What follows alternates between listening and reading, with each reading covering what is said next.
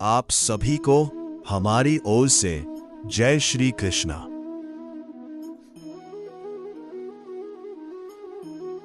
कुरुक्षेत्र के युद्ध स्थल में सैन्य निरीक्षण। धृतराष्ट्र उवाच धर्मक्षेत्रे कुरुक्षेत्रे समवेता युयुत्सवः मामकाः पांडवाश्चैव किम कुर्वत संजय। धृतराष्ट्र ने कहा, हे संजय, धर्म भूमि कुरुक्षेत्र में युद्ध की इच्छा से एकत्र हुए मेरे तथा पांडु के पुत्रों ने क्या किया। तात्पर्य: भागवत गीता एक बहुपठित आस्तिक विज्ञान है जो गीता महात्म्य में सार रूप में दिया हुआ है। इसमें यह उल्लेख है कि मनुष्य को चाहिए कि वह श्री कृष्ण के भक्त की सहायता से संवीक्षण करते हुए भगवत गीता का अध्ययन करे और स्वार्थ प्रेरित व्याख्याओं के बिना उसे समझने का प्रयास करे। अर्जुन ने जिस प्रकार से साक्षात भगवान कृष्ण से गीता सुनी और उसका उपदेश ग्रहण किया, इस प्रकार की स्पष्ट अनुभूति का उदाहरण भगवत गीता में ही है।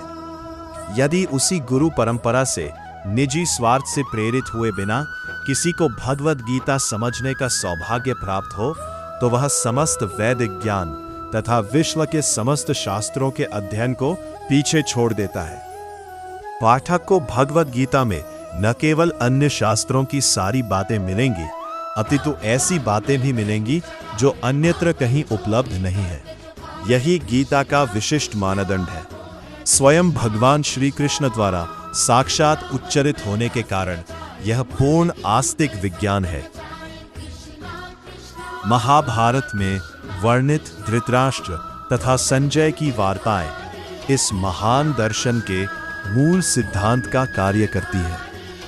माना जाता है कि इस दर्शन की प्रस्तुति कुरुक्षेत्र के युद्ध स्थल में हुई, जो वैदिक युग से पवित्र तीर्थ स्थल रहा है। इसका प्रवचन भगवान द्वारा मानव जाति के पथ प्रदर्शन हेतु तब किया गया जब वे इस लोक में स्वयं उपस्थित थे।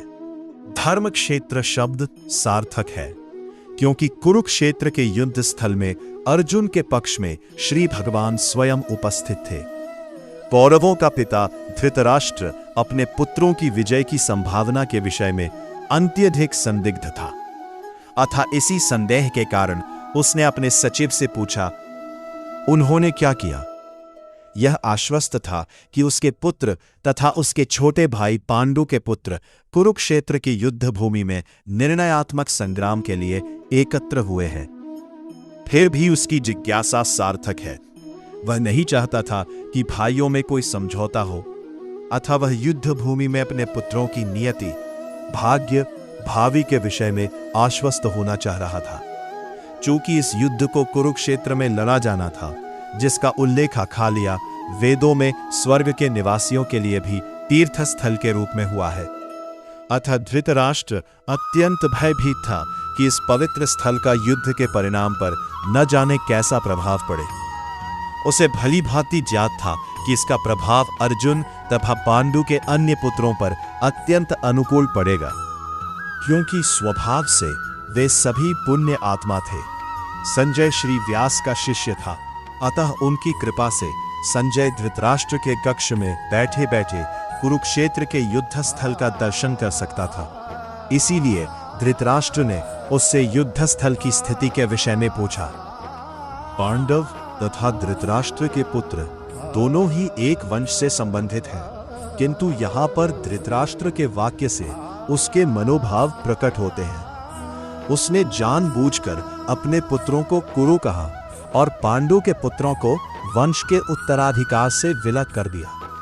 इस तरह पांडु के पुत्रों अर्थात अपने भतीजों के साथ धृतराष्ट्र की विशिष्ट मनःस्थिति समझी जा सकती है। जिस प्रकार धान के खेत से अवांछित पौधों को उखाड़ दिया जाता है, उसी प्रकार इस कथा के आरंभ से ही ऐसी आशा की जाती है कि जहां धर्म के पिता श्री भगवान कृष्ण उपस्थित हों, वहां कुरुक्षेत्र रूपी खेत में दुर्योधन आदि धृतराष्ट्र के पुत्र रूपी अवांछित पौधों को समूल नष्ट करके युधिष्ठिर आदि नितांत धार्मिक पुरुषों की स्थापना की जाएगी।